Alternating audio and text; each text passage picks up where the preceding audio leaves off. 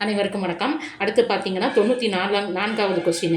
சங்க காலத்தில் வாணிப பொருட்களை ஏற்றி செல்ல பயன்பட்டவை என்னன்னு சொல்லி பார்த்தீங்கன்னா, இதுக்கு ஆப்ஷன் வந்து 3வது குறிப்பு என்னென்னு பார்த்தீங்கன்னா, கழுதை, மாடும், மாட்டு வண்டிகளும், எருது. அடுத்து 95வது கொஸ்டின் பார்த்தீங்கன்னா சூளாமணி.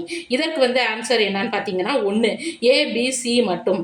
அதாவது 1 வந்து சமஸ்கிருத செல்வாக்கு நிறைந்த காப்பியம், 2 திவிட்டன் பயாபதி ஆகிய கதை மாந்தர்களை கொண்ட காப்பியம், 3 வந்து சங்கிலி தொடர் போல் இடையரா பிறவிகளை வலியுறுத்தும் காப்பியம். அதில் 4வது ஆப்ஷன் வந்து வராது. ஏன்னா இதில் காப்பிய கட்டமைப்பு வந்து குறைபாடுடைய காப்பியம். ஏன்னா சீவக சிந்தாமணி மட்டும்தான் கொஞ்சம் வந்து பார்த்தீங்கன்னா முழுசாக உங்களுக்கு எல்லா காப்பிய கட்டமைப்போடையும் இருக்கும். அடுத்த கொஸ்டின் பாருங்க, 96வது கொஸ்டின் சங்கர நமச்சிவாய. இதற்கு வந்து ஆப்ஷன் விடை குறிப்பு பார்த்தீங்கன்னா 3 BDE. இது 3 மட்டும்தான் இதில் வந்து சரியானது.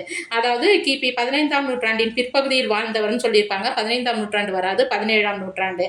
அதுக்கப்புறம் அடுத்த ஆப்ஷன் வந்து கரெக்ட். ஊற்றுமலை மருதப்ப தேவரின் வேண்டுகோளால் நன்னூலுக்கு உரை கண்டவர், அது கரெக்ட். உரை மன்னர் என்னும் பெருமைக்குரியவர், அது வந்து தவறு.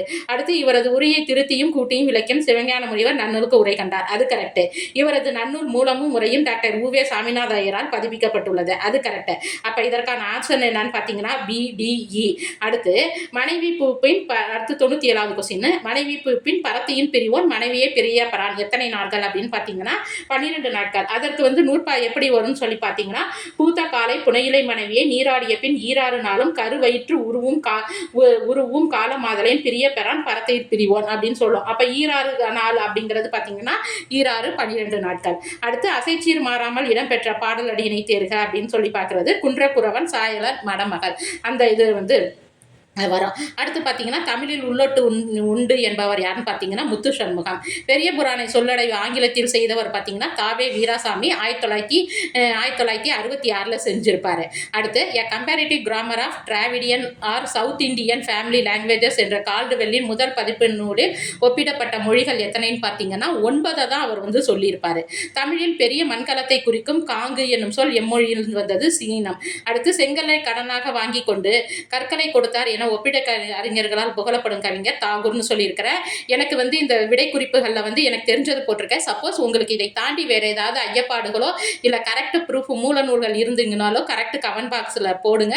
நாங்கள் வந்து ஏற்றுக்கிறோம், ஒன்றும் தப்பு கிடையாது. நாங்கள் தவறு பண்ணியிருந்தா கூட சுட்டி காட்டுங்க, நாங்கள் ஏற்றுக்கிறோம்.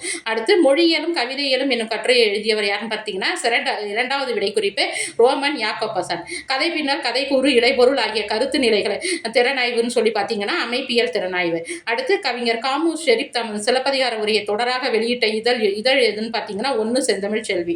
அடுத்து வெட்டவெளிக்குள்ளே விளங்கும் சதாசிவத்தை கிட்டவர தேட கிருபை சென்றவர் எக்காலம்.